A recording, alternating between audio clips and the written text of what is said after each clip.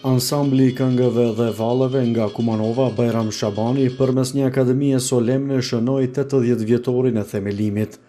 Në praninë e mysafirëve të shumtë nga vendi, por edhe jashtë, ky ansambël me krenari e dinjitet kujtoi themelimin qysh para 8 dekadave. Përpos fjalimeve në këtë akademi madhështore u shfaq edhe filmi dokumentar kushtuar të gjithë atyre që e lindën, rritën dhe vazhdojnë ta mbajnë gjallë ansamblin e këngëve dhe valleve Bajram Shabani, me autor Nexhat Aqifi. Mirë se keni ardhur në Akademinë solemne kushtuar 80 vjetorit të themelimit të shoqërisë kulturore artistike Bajram Shabani. Përmes kësaj akademie solemne dëshirojmë që t'i përkujtojmë të gjithë ata që për 8 dekada themeluan, zhvilluan dhe ngritën në majat më të larta ansamblin e këngëve dhe valleve Bajram Shabani. Gjithë këto vite të aktivitetit të bushëm, të anëtarëve, të palodhshëm, të ansamblit do t'i shijojmë përmes një filmi dokumentar të titulluar 8 dekada gjurmë, të cilin do t'a përcjellim në pjesën e dytë të akademisë. Pjesën e parë të akademisë e fillojmë me një fjalë përshëndetëse të kryetarit të ansamblit të këngëve dhe valleve, zotit Dritan Ramadani. Dritan, fjala për ty.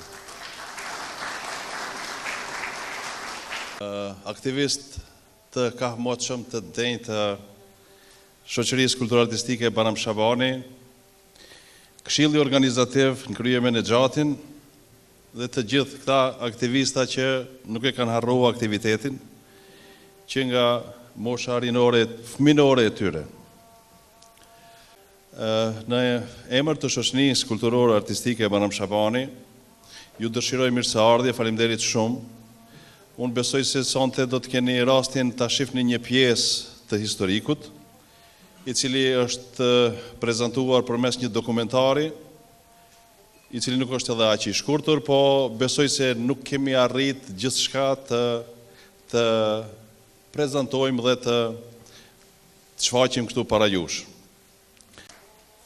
Tani, të nderuar mysafir, para jush ftoj ta merr fjalën zëvendës kryeministri për qeverisje të mirë, zoti Arben Fetaj. Zoti Arben, urdhroni.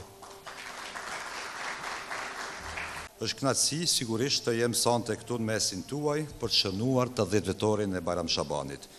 Një institucion që jo vetëm që e ka ruajtur gjuhën dhe këngën shqipe, por ka qenë edhe burimi i rëndësishëm i identitetit dhe krenarisë kulturore shqiptare në Kumanov. Ka njerëz që shkruajnë historinë me penë, po ka edhe të tillë që e shkruajnë me këngë e me valle. Kështu është shkruar historia e Bajram Shabanit me një përkushtim që nuk ka kërkuar duartrokitje, por kujtesë. Siç thoshte Ernest Koliçi, një popull që e harron këngën e vet, e harron edhe shpirtin e vet. Prandaj sonte nuk po shënojmë vetëm një përvjetor, por po nderojmë kujtesën e gjallë kombëtare, një urë që lidh të djeshmen dhe të sotmen me të ardhmen. 8 dekada më parë, njerëz të thjesht, por me shpirt të madh, vendosën që përmes artit ta ruajnë vetdijen, përmes këngës të mbajnë gjallë gjuhën dhe përmes vallave të ngrejnë lart flamurin e identitetit. Ata nuk kishin skena të mëdha, por kishin zemra të mëdha. Ata nuk kishin buxhete, por kishin besim se kultura është forma më fisnike e rezistencës. Bajram Shabani u bë simbol i një populli që e ruan gjallërinë e vet edhe në kohë të vështira. Kjo ansambël nuk është vetëm kujtim, ai është pjesë e ADN-s kulturore shqiptare në Kumanov. Popull që këndojnë edhe vallëzojnë, kur nuk pushojnë së ekzistuari. Ata mund të sprovohen, mund të ndryshojnë, por nuk zhduken.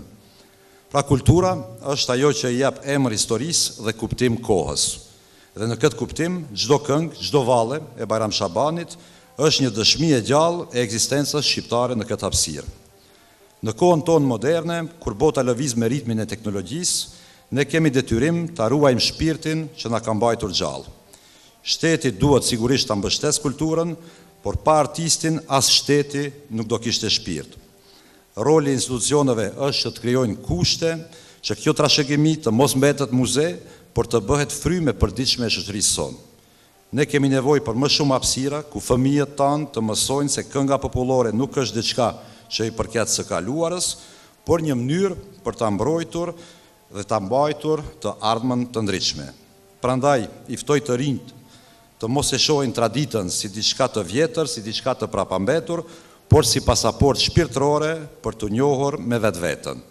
Të nderuar të pranishëm, le ta shohim këtë 80 vjetor si piknisje, sepse kultura e vërtet nuk plakët asnjëherë. Ajo rinohet me çdo brez që e ruan.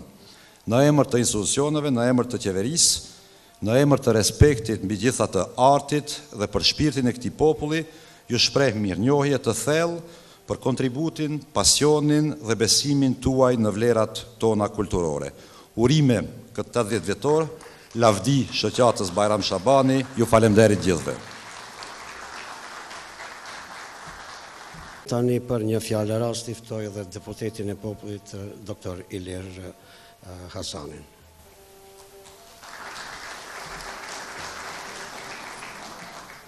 Spari uroj ditën e qytetit. Dhe pastaj duhet të kthehem në 80 vjet. Momentalisht janë ato më shumë se 3 gjenerata të cilët shoqata Bajram Shabani po i përcjell. Është shqetësuese kur e përmendim çka do të thotë 80 vjet. Gjyshi im i ka pa veprat e kësaj shoqate. Baba im është rrit në veprat e kësaj shoqate. Unë edhe Dritani, si kryetari i kësaj shoqate, po kënaqemi dhe çdo ditë po e mbushim veten me kulturën tonë kumanovare me të cilën ne krenohemi. Emri Bajram Shaban, për fat të mirë, unë kam kryer shkollën fillore në Bajram Shaban. Dhe sot dua të ndërlidh me djalin tim të vogël, vinim për në Kumanove dhe tha, bab, kur tha s'm ke thate që e shkolla juv, ku është e shkolla Bajram Shabani. Bajram Shabani mu më asocion dhe dua këtu në këtë foltore të përkujtoj profesorin ton të ndjerë,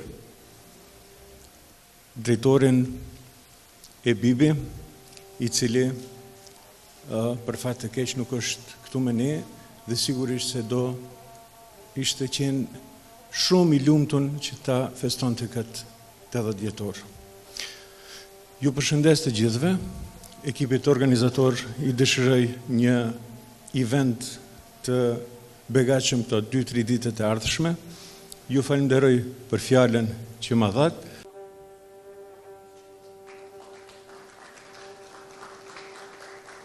Kjo mbrëmje ishte një përulje ndaj kohës, një përqafim për ata që dhanë shpirtin e artit, edhe një premtim se zëri i shoqërisë Bajram Shabani do të rrojë përjetësisht në zemrën e kulturës shqiptare dhe krejt në fund për meritorët u ndan mirënjohje në shenjë falënderimi.